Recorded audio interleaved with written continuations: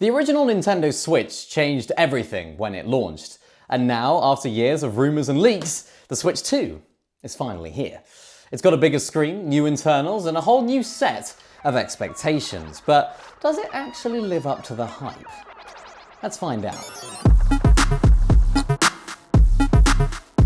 The overall design still feels very Switch. Same detachable controllers, same tablet-style body, but it's had a noticeable glow-up. The bezels are thinner, the screen is now 7.9 inches, and the whole thing just feels a bit more modern in the hands. Joy-Cons attach magnetically this time and feel more solid with better triggers and improved rumble. It's also a little heavier than the original, which you do notice after longer gaming sessions, but the improved ergonomics do help balance that out. The display is one of the most talked about upgrades. It's now 1080p and supports a higher refresh rate for smoother gameplay. And in handheld mode, it really does just look great.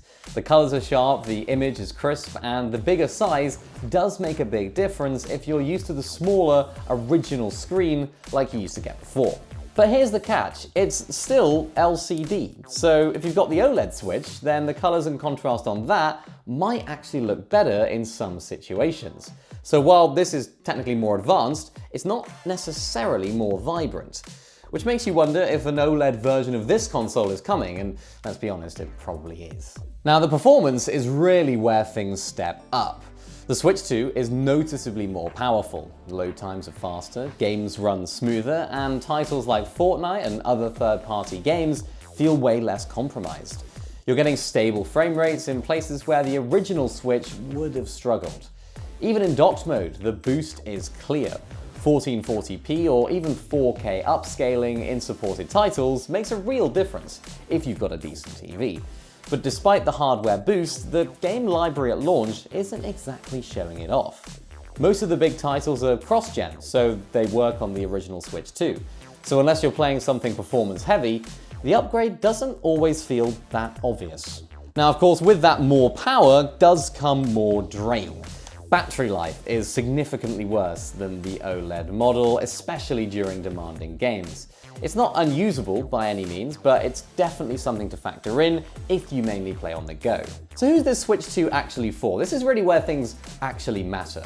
If you play mostly docked on your TV, casually fire up Mario Kart or Switch Sports, and already own a Switch or even an OLED Switch, you're not really missing out on too much right now. But if you play a lot of Fortnite or other third-party games and you care about frame rate, resolution, and smoother gameplay, or even if you primarily game handheld and just want a bigger screen, then this does start to make more sense. It's not about a huge visual leap across the board, it's about subtle but meaningful improvements that show up the more that you use it. The Nintendo Switch 2 is a solid evolution, but not a reinvention. It's better in almost every single way, but unless you're in that sweet spot of being a competitive handheld player or someone with a launch model, it might be worth holding off. Especially with so few exclusives right now and the strong possibility of an OLED version down the line. So should you upgrade to the Nintendo Switch 2? Well, unfortunately, the answer is maybe. If you are more of a power user, then you're going to get the most out of the improved internals, but if you're just a casual player, then this might not be worth the upgrade straight away. Let me know down in the comment section down below, are you tempted by the new Nintendo Switch 2 upgrade, or are you going to hold off for a potential newer iteration, or just stick with what you have already? Let me know down there below. Of course, make sure to subscribe so you don't miss out on any future content, and check out this video on the screen for another amazing tech video. We'll see you in the next one.